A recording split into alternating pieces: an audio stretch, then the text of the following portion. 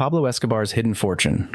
Pablo Escobar had a problem most criminals would kill for: too much money. At his peak in the 1980s, Escobar was earning an estimated $420 million per week from cocaine trafficking. That's not a typo. Per week. Forbes listed him as the seventh richest person in the world in 1989, with a fortune estimated at $30 billion. But here's what nobody tells you about having that much illegal cash. Escobar couldn't launder money fast enough. He spent $2,500 per month just on rubber bands to hold stacks of cash together. Piles of money sat in warehouses, and this is the crazy part. Escobar was reportedly losing 10% of his stored cash, about $2.1 billion annually, to rats eating the bills or moisture destroying them. $2.1 billion. Just gone. Eaten by rats or rotted away. So Escobar did something desperate. He started burying cash throughout Colombia, in farming fields, in walls of cartel members' homes, in secret locations scattered across the country. Then in 2015, something extraordinary happened. A Colombian farmer named José Mariana Cartolos was digging an irrigation trench on his family's ranch. His shovel hit something, several large containers. Inside, $600 million in $100 bills. The Colombian government seized the money and used it for social programs. But here's what keeps treasure hunters searching to this day. That $600 million represents only a fraction of Escobar's estimated $500 billion hidden throughout Colombia. Most of his fortune remains undiscovered. Somewhere in Colombian jungles, buried under farmland, hidden in caves, sits enough money to rebuild a country. Escobar was killed by Colombian authorities on December 2, 1993. His family fled to Argentina, claiming the government seized most properties while enemies and associates took the liquid cash. But that's not even the biggest mansion seizure on this list. Saddam Hussein's central bank robbery. $1 billion, 2003, March 18, 2003. 4 a.m., 3 trucks, $1 billion in cash. This is the largest bank robbery in history, and technically, it might not even be illegal. At 4 a.m. on March 18, 2003, just one day before the U.S.-led invasion of Iraq, 3 trucks pulled out of the Central Bank of Iraq in Baghdad. Their cargo represented a full quarter of Iraq's currency reserves, nearly $1 billion in cash. Saddam Hussein, correctly anticipating the imminent American bombing campaign, sent his son Qusay Hussein to the bank with a handwritten note. The note ordered the withdrawal of $1 billion in U.S. greenbacks. As the absolute dictator of Iraq, Saddam had personal control over every government institution, including the central bank. Here's the twist. Some legal experts argue the withdrawal may not have been technically illegal, since the money could have been Saddam's personal funds accumulated over 2 decades of rule. But the money didn't help him. In the weeks following the invasion, coalition forces recovered approximately $650 million of the stolen cash. The location? Hidden in metal containers buried behind walls in one of Uday Hussein's palaces outside Baghdad. However, the remaining $350 million was never recovered. Both Qusay and Uday Hussein were killed on July 22, 2003, in a firefight with U.S. forces in Mosul. Saddam himself was captured on December 13, 2003, hiding in a farmhouse near Tikrit. He was executed on December 30, 2006. $350 million vanished into offshore accounts and shell companies. Gone.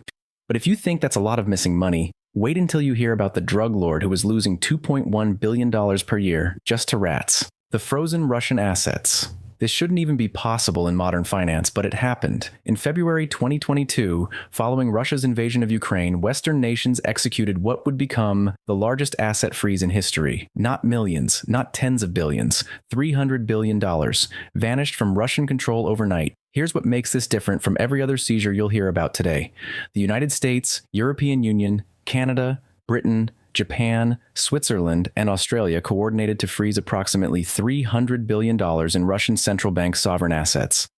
This wasn't law enforcement raiding a warehouse with duffel bags. This was entire nations locking down money held in their financial systems. The bulk of these assets, approximately $200 billion, sits with Euroclear, a Belgium-based financial services company. The United States holds about $5 billion, while Japan, France, and Switzerland hold varying amounts. But here's where it gets interesting. These frozen assets generate billions in interest annually. In 2024 alone, Euroclear earned roughly $7 billion just from interest on the immobilized Russian cash. Belgium collects 25% of this extraordinary revenue, about $2 billion in 2024, which has been committed to Ukraine. The real question everyone's asking, will this money ever go back to Russia? The debate continues over whether these assets should be permanently confiscated to fund Ukraine's reconstruction.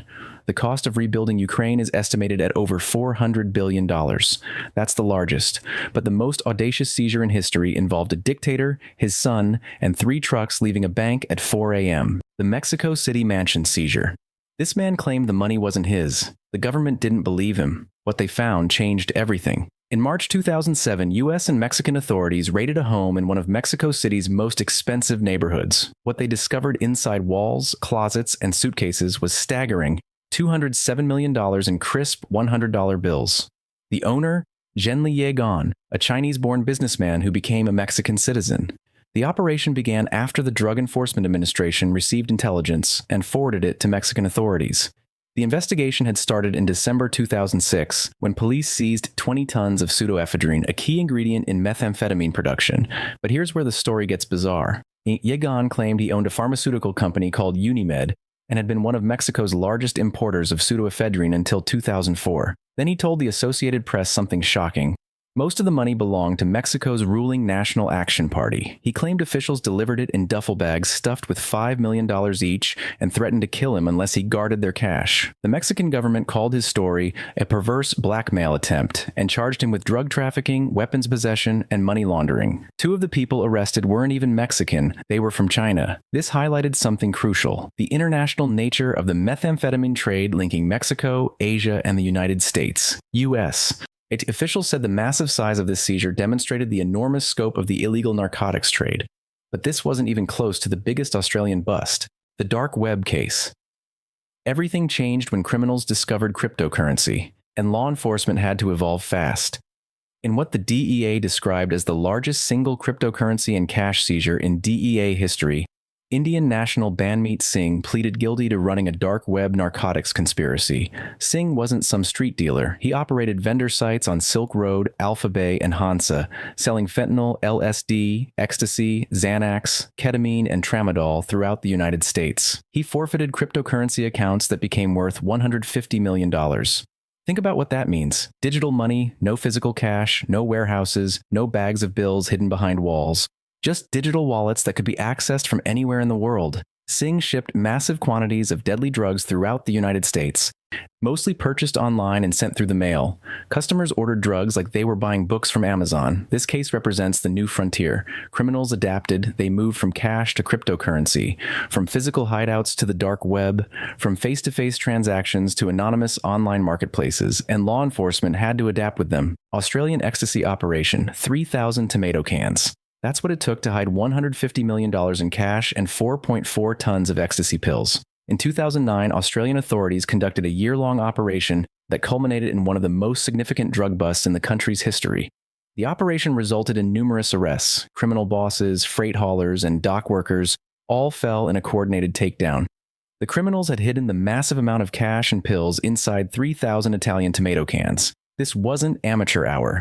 This was a sophisticated smuggling operation that demonstrated just how creative international drug trafficking networks had become. Why Australia? High prices for illicit drugs in the Australian market make it a prime target for international syndicates. The profit margins are enormous. If this seizure remains one of the largest in Australian law enforcement history, but it's not the only time federal agents went undercover for years to take down a criminal empire. Miami drug raid, a gardening business, a religious statue, and $24 million hidden in an attic. Miami-Dade Police Department conducted what became the largest cash seizure in the department's history when they arrested siblings Luis Hernandez Gonzalez and Salma Hernandez. Luis, age 44, had stashed bundles of $100 bills inside 5-gallon buckets hidden in a secret compartment in his upscale home in Miami Lakes, a gated community. The discovery? $24 million hidden in an attic compartment. A hallway statuette of St. Lazarus had been carefully placed in front of the secret room. The investigation began after Miami-Dade detectives received a tip from the Drug Enforcement Administration. The siblings were accused of using their gardening business, the Blossom Experience, which sold indoor gardening equipment, as a cover for a major marijuana growing operation. Indoor gardening equipment. Think about what that really means. Miami-Dade State Attorney Catherine Fernandez Rundle stated that the amount seized represented one of the largest money seizures ever in the jurisdiction. Luis Hernandez Gonzalez was held on a $4 million bond, while his sister faced just $12,500 bail. That disparity tells you everything about who was running the operation, but some criminal organizations weren't hiding behind legitimate businesses. They were out in the open, terrorizing entire regions. Operation Casablanca. Imagine spending years pretending to be a criminal. Your job? Launder money for drug cartels. Your real mission? Take them all down. Conducted by the U.S. Customs Service in 1998, Operation Casablanca stands as one of the largest and most sophisticated money laundering investigations in law enforcement history. Federal agents went deep undercover, posing as money launderers to infiltrate the financial networks of Mexican and Colombian drug cartels. The operation resulted in the seizure of over $100 million in cash. But the real victory was exposing how these organizations operated. This multi-year investigation revealed the intricate methods cartels use to launder their illicit profits through legitimate banking systems. The operation led to the arrest of more than 100 individuals, including bankers who knowingly facilitated money laundering for drug organizations. Think about that, bankers, working at legitimate institutions, knowingly helping cartels clean their money. Operation Casablanca revealed how drug cartels exploited weaknesses in international banking regulations to move massive amounts of money across borders. The investigation resulted in new protocols for detecting and preventing money laundering in the financial sector. But undercover work wasn't the only tactic authorities used. San Diego Multi-District Operation. This investigation started with a single lead in 2011.